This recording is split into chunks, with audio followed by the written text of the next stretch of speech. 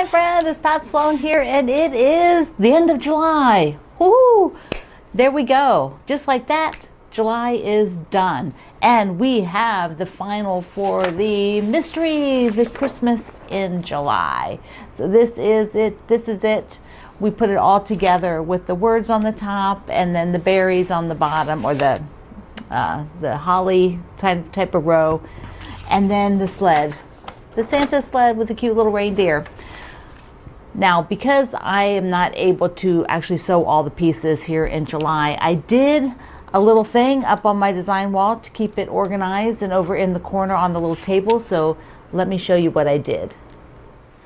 I decided to create like a little work zone over here for the up on the rooftop for the mystery quilt, so that I wouldn't lose track of things. First of all, I put the blocks from each week that I did do. The hoe from Ho Ho Ho. Here is the little berries and leaves, the star that goes with the reindeer, and the present that go with the sled. And so here is, you know, the layout. And then what I did down here, I also still have this here ready. I need to quilt it, so I didn't want to lose track of it. So down here I took each of the boards, and you remember seeing those every week here in July. I've got the first one, the Ho Ho Ho, and then here is the holly, and I actually got another couple of these made, but they're all laid out color wise so I don't get them messed up. And then after that we just have the sections for the reindeer, so I know what I'm going to do, like the body and the antlers, and there's the block, and I made some notes. And then finally the sled fabric, which it was pretty easy, self-explanatory, but I wanted to be sure I didn't lose track, because it's going to be, it's going to be a little while before I could get to them. But I kept it all up there, and so it's all out. That's the other key for me, is to all have this all out. Yeah. Oh, lots of you ask about this since I'm over here. This is a quilt. You can see there, it's fabric. For some reason, from a distance, a lot of you think that's cross stitch. So I guess you think it'd be a cute cross stitch, but it's a quilt I did for a collaboration book years ago with a publisher that's out of print. And yeah, so it's hard to find the book now because everything's gone, but there it is. Okay, that's my plan, so I don't lose track.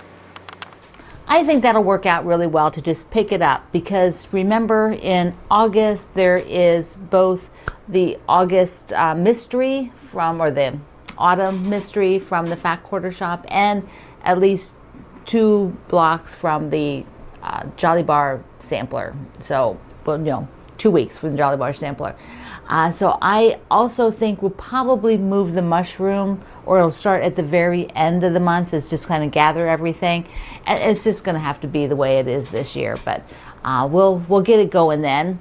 Okay, I want to do a scavenger hunt. We haven't had that for July yet, so why not at the very end of July we'll do a scavenger hunt. And I asked my friends to help me out with some topics for this year, and Kathy said, what about needle minders? Because those are the little magnets that I've got one that I have on my cross stitch, but also people use them on, like when you're doing binding, or you might be doing hand applique, cross stitch, needlework, some embroidery, and they're little magnets, and so your needle can just like go on there. If you don't have it like in the cloth, you can just have it go right there, like on the needle minder.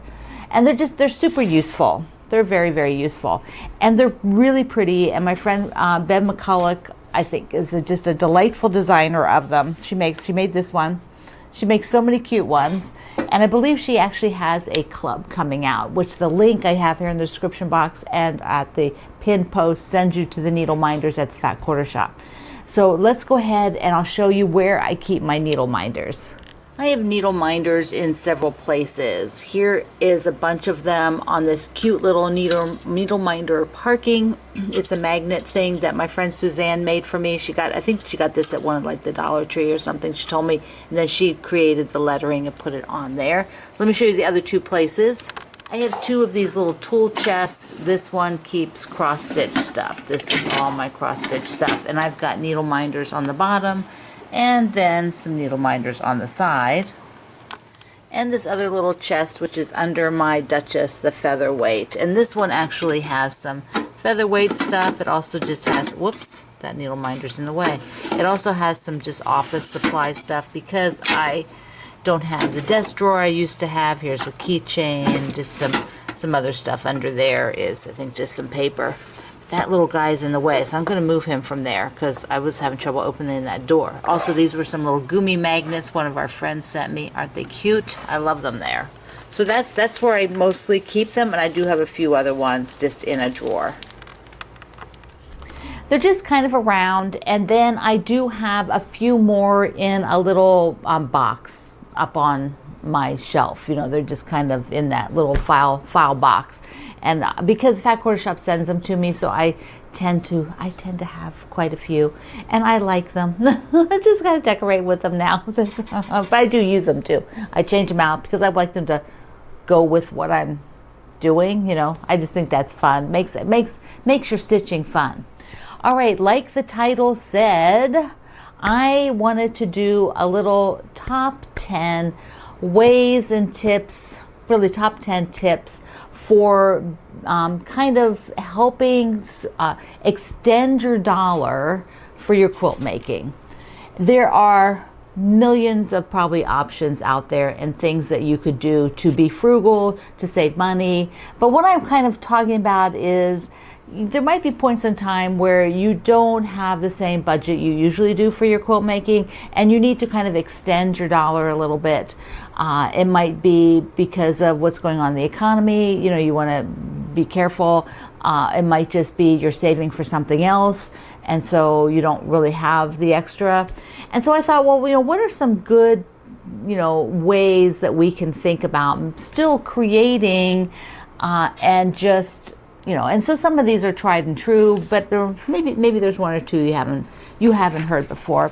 But I'm going with, I want to use kind of the recycling symbol, right? So that is reduce, reuse, and recycle. Reduce, reuse, recycle. So when you're thinking about extending your money, whether it's for your quilt making or anything else, you kind of look around at what you're doing and what you have already, and where could you go to maybe stretch that dollar. So let's go. First of all, I am a big supporter of using solids to extend your dollar. So if you have a print, like let's say you have my Tiny Secrets fabric, well, maybe for the background, you use a solid instead of a print. Or for one of the tone-on tones, you know, something that reads a little bit solid from a distance, instead of using that fabric, you buy a solid color that's in, and you'll save a couple dollars per yard, I think, often with the solids, and they are many times on sale. So you could develop a collection of solids when you have the funds, and then, you know, you'll have them on hand. And I think a lot of us don't use solids that way. Someday I would like to do, I did do one project like that, but I'm not sure I focused as strongly on the solids during that quilt along as I could have, and maybe someday I'll do that again. Okay, number 2.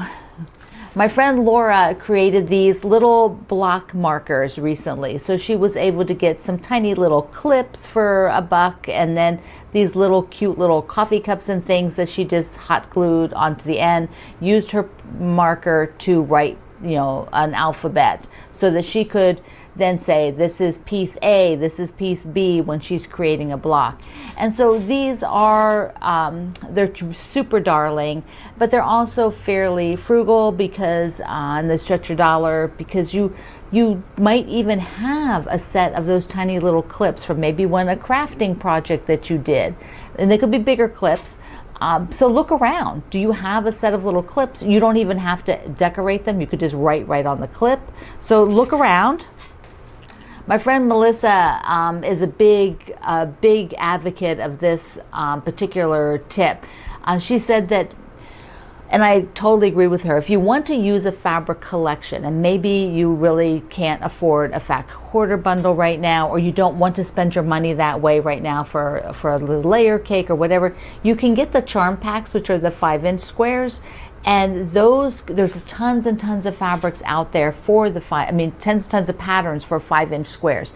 You get to use the whole collection and experience it and enjoy it, which is what the fun is. But you pretty much use it all up. And there's tons of patterns, including my Oh My Stars. So you could go that route for a collection that you really love, but you don't really right now or not willing to or able to put forth for a bigger set of the fabric. Okay, this one is one we all know, but it's hard to sometimes remember. It's like, don't buy on Spec. If you need to extend your dollars, don't buy things unless you have a purpose. And I am not that type of quilter. Like if I see something and I like it, I want to have it and own it and enjoy it. Like buying it is part of the hobby. It's like two different hobbies, using it and buying it. But if I need to extend my dollar, then I will forego buying on Spec if I don't actually have a project in mind. Or you just maybe buy a little piece just to have the experience of owning it. So that's one place where you can really kind of cut back quite a bit. Then of course we have the infamous shop what you own. Because using what we own and shopping and owning it are two different hobbies. So you can merge them when you're stretching your dollar. Instead of just going out and looking for something new to go with what you have, stop and go through what you already own, because there's many, many treasures in there that you may have forgotten, and something may work perfectly. Let's see, number 6. I think this is all under my I'm calling this kind of like reduce, like reduce and think about it that way. Last one here is learn how to quilt your own quilts in a way that you're happy with. You don't have to do free motion. I know a lot of people feel like, oh, the only way to quilt your own quilts is the free motion, but I've shown you many, many times how to use your walking foot, just do the basic wave, to do grid work. I have 2 books on it that give you ways that are walking foot, and of course there's free motion in there as well. But it's a way to, if you normally send a quilt out, if it's one that you could put that walking foot on and do it yourself, that's a great start. Also, you keep your batting scraps, whether their batting scraps come from you quilting your own or from when you send it to Long Armor, if they send you your batting scraps back. Keep them, because you can use those for table runners, the backing of, I put a piece of batting behind the pillow front. You could also put them for a baby quilt. You could piece a bunch of sections and use it for smaller quilts, even up to lap quilts. There are charity groups who actually accept batting scraps, and they will organize them and put them together to be frugal. Because once you're quilting it, and then you wash it, and it just all sort of melds together, and you don't have a problem there. Okay, kind of in the reuse category, this is one that there are people who really, really don't like this option. So if I give this option, I'm going to give this option, and if you're in the camp of no, that's totally fine. You can stay in that camp. You just don't need to share that, okay? So just be aware. I'm sharing it as an option for people who want to try it, and that is to use sheets. And I know there's a whole camp of people who feel sheets are evil because they're not 100% cotton. They might have a tighter weave. And there are many reasons why you may not want to use sheets. But then there are many, many people who do use them very successfully, make gorgeous quilts.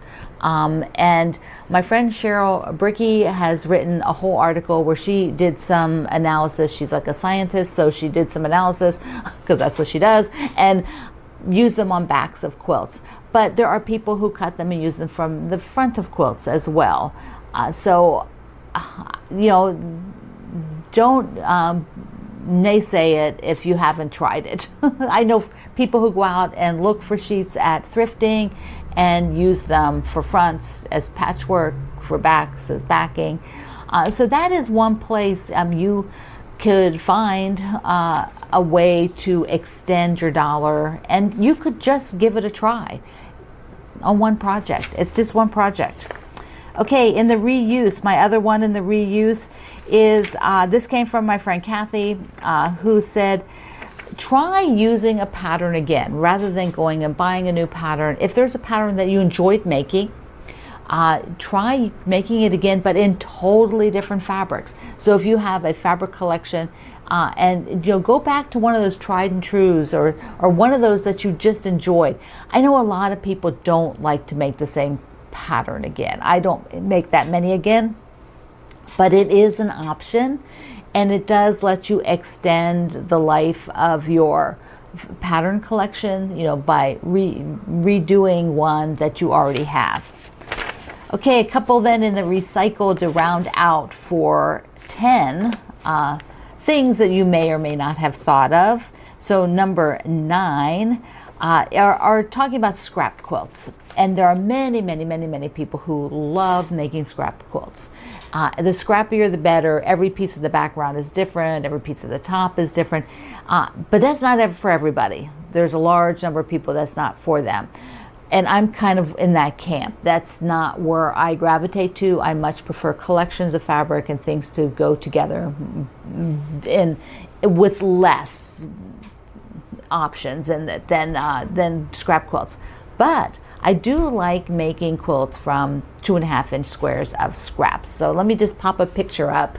So this is what I'm talking about. When I do these, I have like the lemon chiffon here that is at the quilter right now. And so these are done with 2.5-inch squares. I do them as starts and stops with other things. And I have only a set amount of scrap fabric that I keep. So let me show you that. If you want to keep scraps and you don't make a lot of scrap quilts, maybe you want to do like I do in just the 2.5-inch squares. And these are my containers for them. That's it. These are all the scraps that I keep. I don't keep anything else. So I'll just show you one of these. And here's one of the bins. They're just these regular size shoebox bins, and I only have as what you saw. I don't have any more than that because I won't use it. I have to be realistic. At one point I kept a lot of scraps, and then I had to give them all away because it was like keeping trash, like keeping bags of trash, because I didn't use them. So I gave them to somebody that would. But here are squares. These are the kind of peach and orange sections here, then blue. Blue. So, I could definitely do another, well, this would be enough for like about 4 quilts probably. But it is a way for you to kind of feel that recycling, and this could be pieces that are from clothing or fabrics you were given that you can just keep these small pieces, and that lets you do something kind of color coordinated and really feel like you have a project that you're working on when you want to kind of extend your dollar. And the last thing is kind of a what I would call like a classic. And if you're not used to doing this, if you're trying to extend your dollar, then maybe you kick this one in, which would be, of course, looking at thrifting stores to see if they have a craft section where there might be fabric, going to some of the places where there might be like yard sales where maybe somebody's got fabric. I mean, you just never know. And you never know what your quality is going to be. You can do marketplaces. There's online marketplaces that people advertise, and buyer beware, of course. But you got auctions. But those are the kind of things. And then you can also extend that out into, again, the very classic of using clothing. If you're not familiar with the Catbird Quilts here on YouTube, she does a lot of videos with thrifting of clothing and talking about what to look for and how to deal with it. So she's got excellent videos on that. And I just think that it's something when you're used to going to the quilt shop and buying very coordinated things, this isn't a place we normally think about, but it is kind of a fun like hunt and to see what you actually might come up with. Maybe you go with a girlfriend and it might be or a fellow quilter, and it might just be kind of fun to do. And then, of course, a bonus, of course, is, you know, you can always look at the sales and the sales shelves in a store, the sales sections of a website, because there's lots of good stuff. Places like the Fat Quarter Shop that I work with, they run daily sale and they run a weekly, and then they have like a monthly. And so like a monthly is usually a basic. That's perfect. You can get a basic and just get what you need for an upcoming project. And I'd also like to just ask you to remember, if you are using something for free from a store or a designer like myself and all of my designer friends, be sure you thank them for that. We put out free things as marketing tools so that you come and visit us. But they are free, and they are often tried and true patterns that are used by many, many people. And so they're great ways to extend your dollar. Is something like my Oh My Stars, where there is a basic one that is free. And I have lots of other, of course, free quilt-alongs and things like that. And the Fat Quarter Shop has an entire section of free patterns. So if you get that charm pack, you can go over there and look for a 5-inch square free pattern and find something that suits you. All right, my friend. So I hope you enjoyed this little walkthrough of some of my top tips for making your dollar stretch, or whatever currency you're working in. and it's the end of July, so you're up on the rooftop. You'll be working on that to get it all assembled. I can't wait to see them. And again, I want to remind you, just jumping in here, I'm filming this when I was doing yesterday's video. I want to remind you that next week I will just have a Wednesday, and possibly the same for the week after. I'll let you know when I film next Wednesdays what I feel like my schedule is like and what I can possibly do. So I love you. Mwah. Thank you for being here in the Sloan Zone. And I have that list here in the description of my video, so you can get it and look at it if you want all the things I just talked about. So I'll see you online. Mwah.